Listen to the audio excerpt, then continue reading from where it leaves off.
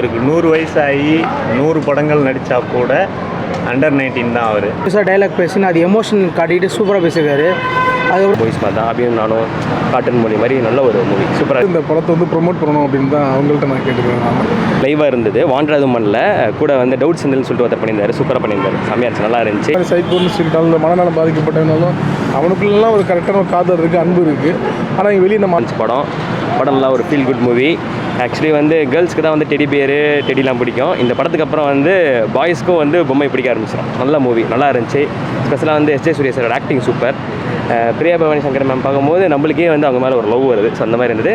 ஈஸ்வரா நம்ம ராதாமோகன் சாரோட பாய்ஸ் மாதிரி தான் அப்படியும் நானும் காட்டன் மொழி மாதிரி நல்ல ஒரு மூவி சூப்பராக இருந்துச்சு. எல்லாமே சூப்பர், நைஸ் மூவி. இந்த பொம்மையை வச்சு எதை நோக்கி பொம்மையை வச்சு எதை நோக்கி சொல்லிட்டேன்னா அப்புறம் படம் பார்க்க மாட்டீங்களே. ஒரு லவ் மூவி.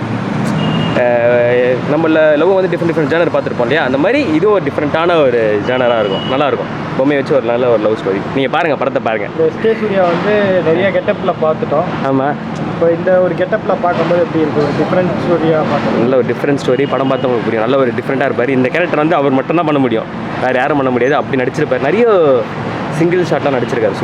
சூப்பராக இருந்துச்சு. நீங்கள் படம் பாருங்கள், நல்லாயிருக்கும். Nice movie. இந்த சாட்டர்டே சண்டேலாம் ஃப்ரீயாக இருந்தீங்கன்னா வந்து பாருங்கள். ஓகேவா? தேங்க்யூ. சார் பொம்மை படம் எப்படி இருக்குது சார்? படம் பார்த்து படம் நல்லா இருக்குங்க. வழக்கம் போல் ராதாமோகனோட ராதாமோகன் சார் படம். அது எப்படி இருக்குன்னு சொல்ல வேண்டியது. நம்ம நிறைய படம் பார்த்துருக்கோம். அவரோட டேரக்ஷன் எப்படி இருக்குது அப்படிங்கிறது.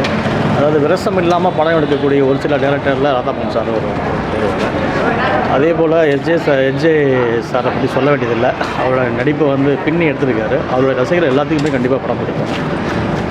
அநேக படங்களில் அவருடைய குருகுலம்னு சொல்கிற மாதிரியே ஒரு 4-5 ஆர்டிஸ்ட் வந்து கண்டிப்பாக எல்லா படமும் நடிப்பாங்க. அது மாதிரி டவுட் செந்தில் வந்து இந்த படம் முழுக்க பயணிக்கிறாரு. நல்லாயிருக்கு. பிஜிஎம் வந்து எல்லாமே சூப்பராக இருக்குங்க. யுவன் சங்கர் ராஜா சார் மியூசிக் ஆகட்டும். பொம்மையை வச்சு எதை பேஸ் பண்ணி டைட்டில் பொம்மை வந்து ஒரு மனிதனுடைய மூளை எப்படி செயல்படுங்கிறத பொறுத்து தான் இந்த கதையே இருக்குது. மனிதனுடைய மூளை யாரும் சிந்திக்க முடியாத அளவுக்கு எப்படி செயல்படுது அப்படிங்கிறது அதுதான் படத்தோட இதாக இருக்குது. அதனால் கண்டிப்பாக நிறைய பேருக்கு படம் பிடிக்கும். எஸ்.ஜே. சாரோட ஃபேன் எல்லாத்துக்குமே படம் பிடிக்கும். நல்லா படத்தில் உங்களுக்கு வியந்து பார்த்த சீன்னா இல்லை? வியந்து பார்த்த சீன்னா எஸ்.ஜே. சாரோட ஆக்டிங் தான்.